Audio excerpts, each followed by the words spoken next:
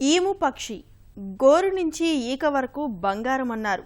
పెంచితే వెనుతిరిగి చూడనక్కర్లేదన్నారు. నాబార్డు సదస్సులు బ్యాంకు రుణాలతో ప్రోత్సహించారు. పెంపకం చేపట్టిన రైతులు చివరికి దారుణంగా నష్టపోయారు.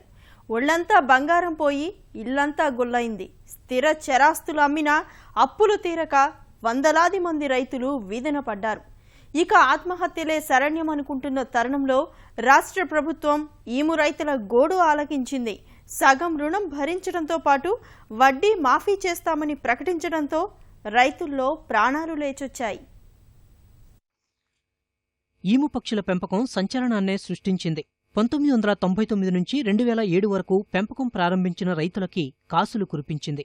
అయితే 2010కొచ్చేసరికి పరిస్థితి పూర్తిగా మారిపోయింది. గుడ్లు, పిల్లల వృద్ధి మీదే అంతా దృష్టి సారించి కీలకమైన మార్కెటింగ్ని మరిచిపోవడంతో పెరిగిన పక్షులను ఎక్కడ ఎలా విక్రయించాలో తెలియని దుస్థితి దాపురించింది. కొనే దిక్కులేక, వాటిని పోషించలేక అడవుల్లో వదిలేయాల్సిన దుర్గతి ఎదురైంది. ఇదే సమయంలో అప్పుల భారం పెరిగి బ్యాంకుల నుంచి రుణ వసూళ్ల ఒత్తిళ్లు ఉధృతమై పోషకులు గొక్క తిప్పుకోలేకపోయారు. ఉపశమనం కల్పించండి మహాప్రభో అంటూ 3.5 ముఖ్యమంత్రులు ప్రధానమంత్రిని కలిసి తమ గోడు వెళ్లబోసుకున్నారు. ధర్నాలు, రాస్తారోకోలు ద్వారా నిరసన తెలిపారు. అయినా ఫలితం లేక ఆశలు వదులుకున్న వేళ రాష్ట్ర ప్రభుత్వం ఈము రైతాంగానికి ఊరట కలిగించింది. మొత్తం రుణాలలో సగం భరించడంతో పాటు వడ్డీ మాఫీ చేస్తామని ప్రకటించింది. తమ మొర ఆలకించిన ప్రభుత్వానికి ఈము బాధితులు కృతజ్ఞతలు తెలియజేస్తున్నారు.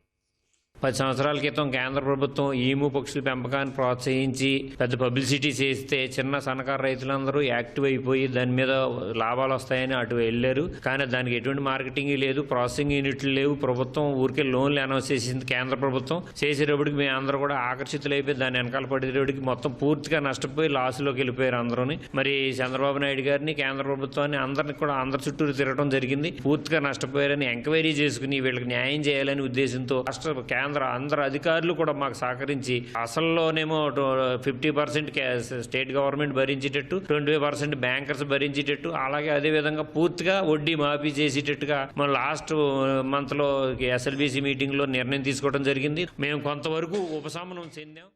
సర్కారు ప్రకటనతో పోయే ప్రాణాలు నిలిచాయని రైతులంటున్నారు. ఆలస్యంగానైనా తమ కష్టాలను అర్థం చేసుకుని ఉపశమనం కల్పించినందుకు సీఎం నుంచి మంత్రుల వరకు అందరికీ రుణపడి ఉంటామని చెబుతున్నారు.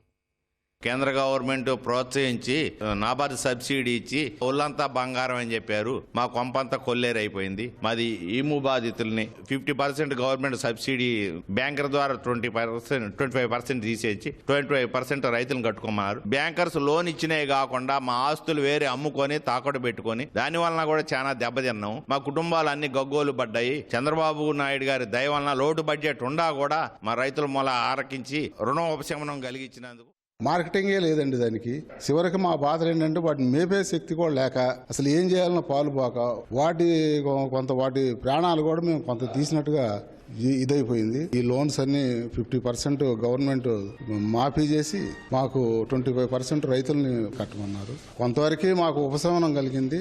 ఇంకా కొంత బాధల్లోనే ఉన్నారండి. ఇంకా చాలా ఇబ్బందులు ఉన్నారు. ఈము పక్షుల పెంపకంతో ఇల్లు ఒళ్ళు గుల్లైందని రైతులు వాపోయారు.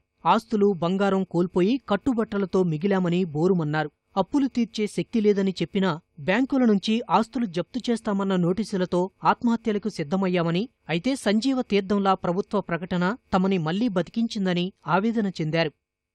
ఈక కంప్యూటర్ క్లీన్ చేయొచ్చు అన్నారు, కోళ్ళు దేనికో పనిచేస్తాయి అన్నారు, ఆయిల్ దీనికని దానికని, గుడ్డు దేని వల్ల పనిచేస్తుంది, అది చేస్తుందని మొత్తం చేసి ప్రతి రైతాంగాన్ని చేసేసి అందరికీ కోలుకోలేని దెబ్బలు కొట్టారు. తర్వాత దాని గురించి అడిగితే ఎవరు చెప్పేవారు లేడు. లోన్లు ఇచ్చారు, ఇచ్చేటప్పుడు మాత్రం పేపర్ స్టేట్మెంట్లు కానీ ఇవన్నీ ఒళ్ళంతా బంగారం ఏక అమ్ముకోవచ్చు, గుడ్డు అమ్ముకోవచ్చు, రెట్ట అమ్ముకోవచ్చు అన్నారు. తర్వాత ఇల్లు ఒళ్ళు మా ఆస్తులు మొత్తం గుల్లైపోయినండి. మేము వాళ్ళ పిల్లల్ని రోడ్డు మీద పడే స్టేజ్లో ఉన్నాం. కాకపోతే చివరి కొనుగోలులో చంద్రబాబు నాయుడు గారు ఈ సాయం చేశారు కాబట్టి ఈ మాత్రమే ఉండగలిగాం. ఇచ్చిన సబ్సిడీ మొత్తంలో వడ్డీ తీసేశారు. అసల్లో 50% గవర్నమెంట్, 25% ఏమో బ్యాంకర్స్, 25% ఏమో కట్టమన్నారు. ఆ 25% కూడా కట్టే పరిస్థితి లేదు.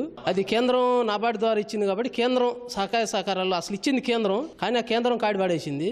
ఇంతవరకు చేయగలిగారు. ఆ 25% కూడా చేస్తే సంతోషిస్తారు. సమస్య పూర్తిగా పరిష్కారం కాకున్నా సర్కారు ఊపిరి పీల్చుకునేలా చేసిందని ఈము రైతుల్లో ఆనందం వ్యక్తమవుతోంది.